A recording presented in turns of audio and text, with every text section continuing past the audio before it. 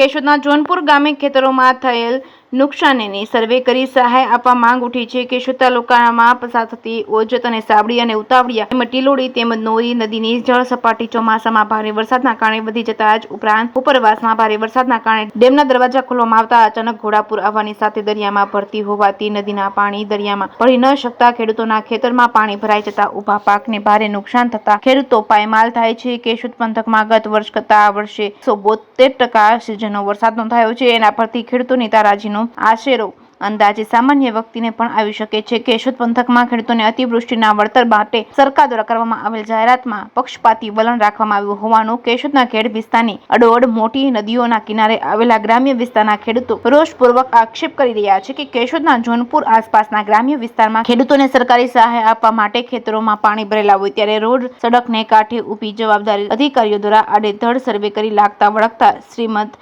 ખેડૂતોને ઘી કેળા પીરસી નાના અને મધ્યમ વર્ગના ખેડૂતોને અન્યાય કરવામાં આવતો હોવાનો રોષ ઠાલવે છે। કેશોદ પંથકમાં છેલ્લા 4 દિવસથી વરસાદે વિરામ લીધો છે। સંપર્ક વિહોણા ગ્રામ્ય વિસ્તારોમાં સંપર્ક થયો છે ત્યારે કેશોદના ખેતરોમાં સાચી નુકસાનીનો સર્વે અંદાજે હવે આવે એમ છે ત્યારે નંબર 1 બનાવવાની હોડીમાં પદાધિકારીઓ અને અધિકારીઓની મિલીભગતથી બંધ બારણે સર્વે કરી રિપોર્ટ મોકલી પક્ષપાત કરવામાં આવ્યો હોવાનું દુઃખી પીડિત ખેડૂતો વ્યથા ઠાલવે છે। ખેડૂતોના ખેતરમાં 20 થી 25% નુકસાનીની સહાય અને 30 થી 35% નુકસાનીની સહાય અને 35 થી 60% નુકસાનીની સહાય ચૂકવવાની રકમ વર્ષ 2020માં સંવેદનશીલ રૂપાણી સરકાર દ્વારા જાહેર કરવામાં આવેલ છે। પાક વીમાના પ્રીમિયમ માફ કરવામાં આવ્યા હતા અને રૂપાણી સરકારની પેકેજ જાહેરાત નાના અને મધ્યમ વર્ગના ખેડૂતોને ફાયદો થયો હતો। આગામી દિવસોમાં સ્થાનિક સ્વરાજ્યની સંસ્થાઓને ગ્રામ્ય પંચાયતની સામાન્ય ચૂંટણીઓ યોજવાની છે ત્યારે ગ્રામ્ય વિસ્તારમાં ખેડૂતોનો રોષ સત્તાધારી પક્ષના કપડા કાઢી નાખે તો નવાઈ નહીં રહે। કેશોદના ગ્રામ્ય વિસ્તારોમાં પૂરનું પાણી હવે ઓસર્યા છે ત્યારે પદાધિકારીઓ અને અધિકારીઓની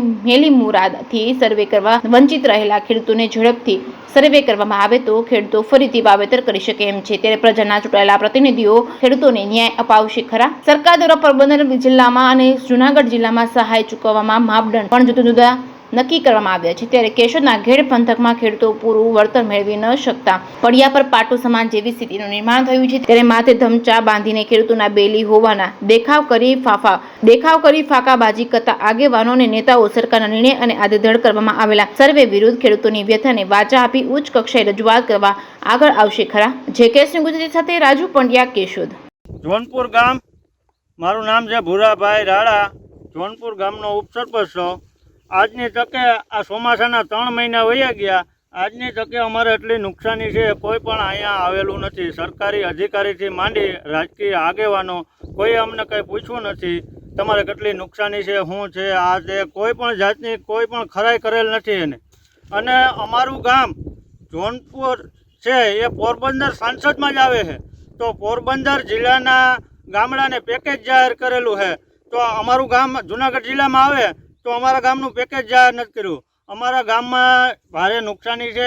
અમારે સિંચાઈ વિભાગનો પાડો આવેલો છે આખા બાજુની સીમમાં, એ પાડો તૂટી ગયેલ છે। ચોમાસા પહેલાં જ રિપેરિંગ થયો હતો, 9 લાખ રૂપિયાને ખર્ચે રિપેરિંગ કરેલ હતું, પણ રિપેરિંગમાં એટલી બેદરકારી હતી કે પહેલાં જ વરસાદમાં તોડી નાખ્યો, એને લીધે હજારો વીઘા જમીનને નુકસાન થયેલ છે।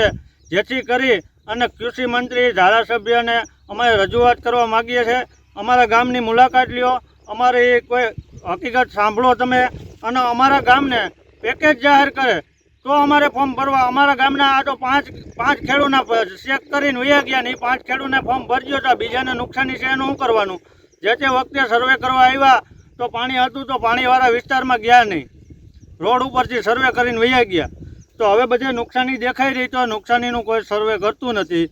જેથી કરી અને કૃષિ મંત્રીને અમારે એટલી ભલામણ કરવાની છે કે અમારું ગામડું ઘેડ વિસ્તારની બોર્ડર ઉપર જ આવેલું છે, નજીક હાવ, અને અમારે ઘેડ જેટલી જ નુકસાની છે તો અમારી ગામડાનું કોઈ મુલાકાત લેતું નથી, કોઈ અમારું સાંભળતું નથી।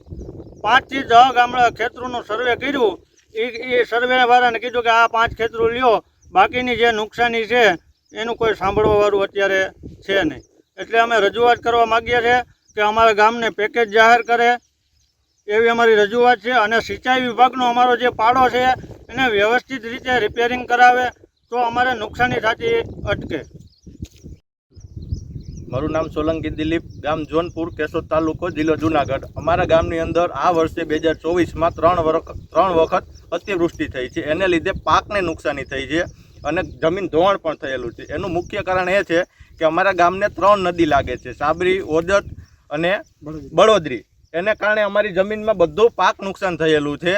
માની લો દાખલા તરીકે 5 વીઘાનું ખેતર હોય તો એમાંથી અડધો વીઘો અમારી પાસે પાક રહેલો છે, એની અંદર પણ કંઈ પણ થાય એમ છે નહીં. એટલે અમારી સરકારશ્રીને અને કૃષિ મંત્રીશ્રીને એટલી અપીલ છે કે અમારા ગામમાં સર્વે કરો અને અમને પેકેજમાં લ્યો. દાખલા તરીકે જેમ કે તમે પોરબંદર જિલ્લામાં બધાને આપેલું છે તો અમે પોરબંદર સાંસદમાં જ આવીએ છીએ, તો અમને કેમ બાકાત રાખો છો તમે? એટલે અમારી આ એટલી ભલામણ છે તમને કે તમે આવી અને સર્વે કરો અને ધારાસભ્યશ્રીને કહીએ કેશોદ તાલુકાના કે તમે યોગ્ય કાર્યવાહી કરો. અને અમને બીજી વસ્તુ કે અમારે એક પૂરરક્ષિત પાળો છે જે પહેલા વરસાદમાં તૂટી ગયેલો છે, એનો રિનોવેટ કરો અને જે તે સમયે થયો તેમાં શું ભ્રષ્ટાચાર થયો છે એની પણ તમે તપાસ કરો.